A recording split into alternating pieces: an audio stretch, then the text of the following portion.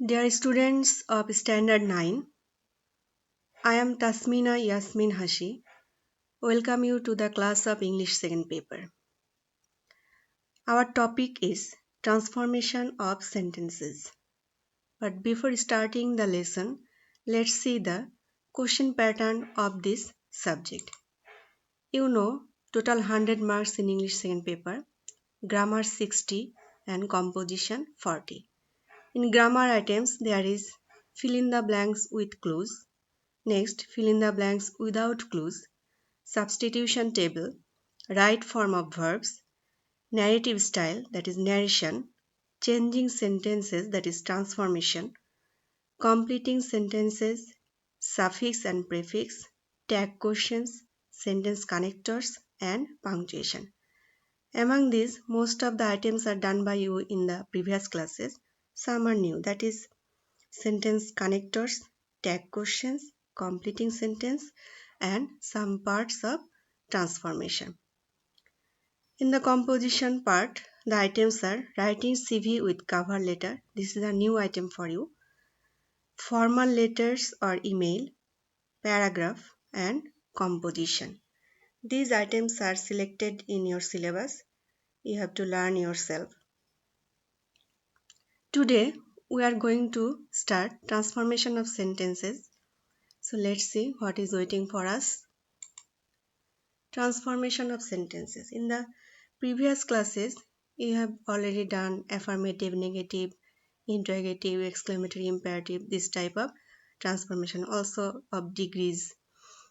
Now, we'll learn the transformation of sentences, that is, according to structure, sentences are of three types: simple sentence, complex sentence, and compound sentence. When I will discuss the definition of these sentences, a term will come, that is clause. So let's see at first what clause is.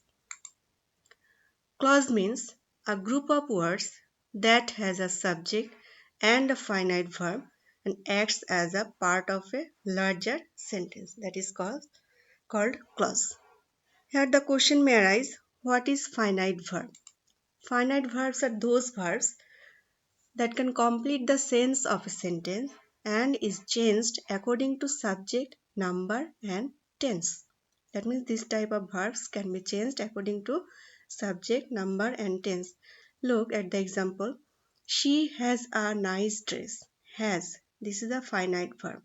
Here third person singular number, so it is has here. But if I use plural number here, if I use they, it will become have. They have nice dress. And also according to tense, it is changed. If it is in past form, it will be she had a nice dress. Next sentence, they love flowers. Third person plural number, so it is love. If any name I use there, Rohim or Korim, then we will add here S. And in the past form, we will add here D, loved. So finite verbs are changed according to subject, number, and tense. So this clause is of three types. It is very essential to learn. So please listen carefully.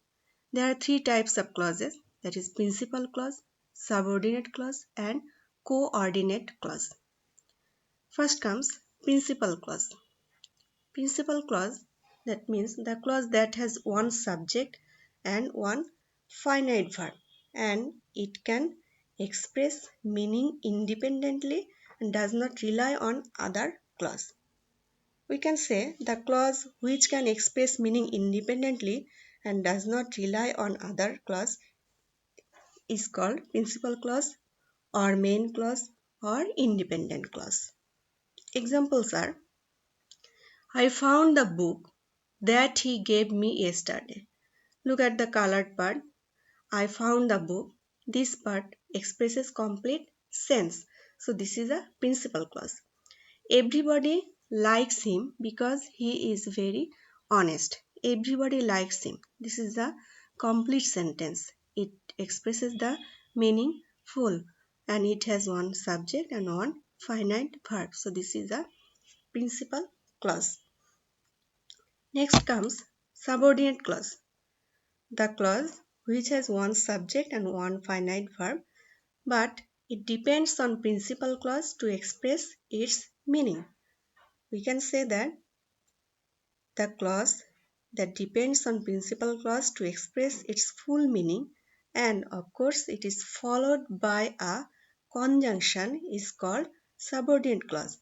Followed by a conjunction, this conjunction is subordinating conjunction. You can ask, what is subordinating conjunction? The conjunctions which join subordinate clause with the principal clause is called subordinating conjunction. Examples are as, because, when, where, though, although, unless, etc. Let's see the example. I do not know where he lives. I do not know. This is the principal clause.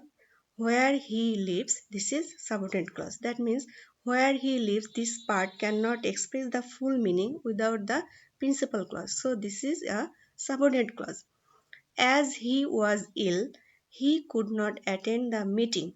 As he was ill, this part is dependent on the principal clause and it is followed by a conjunction as. So it's a subordinate clause. Next comes coordinate clause.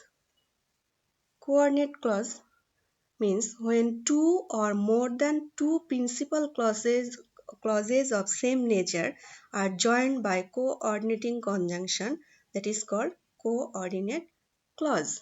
Two or more than two principal clauses will be joined by coordinating conjunction. Then let's see what is coordinating conjunction. Coordinating conjunctions are those conjunctions that can join two words, sentences, or clauses of same nature or type. Examples are and, both and, either or, neither nor, as well as, or, yet, but, still, etc. Look at the example. He earns less, yet he is happy. He earns less. This is a principal clause. He is happy. This is also a principal clause. And these both clauses are joined by this conjunction. So it becomes coordinate clauses. I went there and found him ill. Actually, it will be I went there and I found him ill. I avoid the repetition of the pronoun, so I omit this I. I went there, principal clause. I found him ill. This is also a principal clause and joined by this conjunction.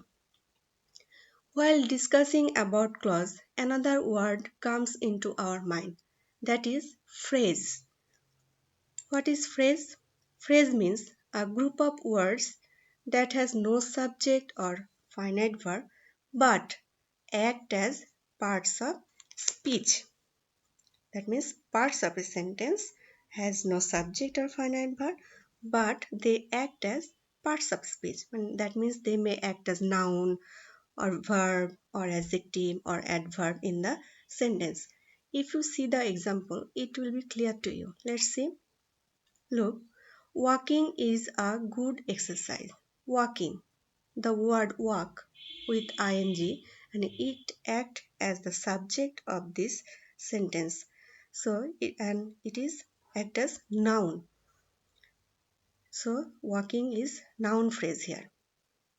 The girl in blue dress is my sister. In blue dress, it describes the girl. So it is adjective here. So in blue dress is adjective phrase. The sinner will suffer in the long run. In the long run, it's an adverbial phrase.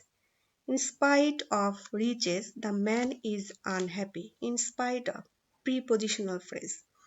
I always put on clean clothes. Put on, verbal phrase. He talks as if he were mad. As if, conjunctional phrase. So, dear students, today up to this, in the next class, we'll come with the rules of transformation. Till then, thank you and goodbye.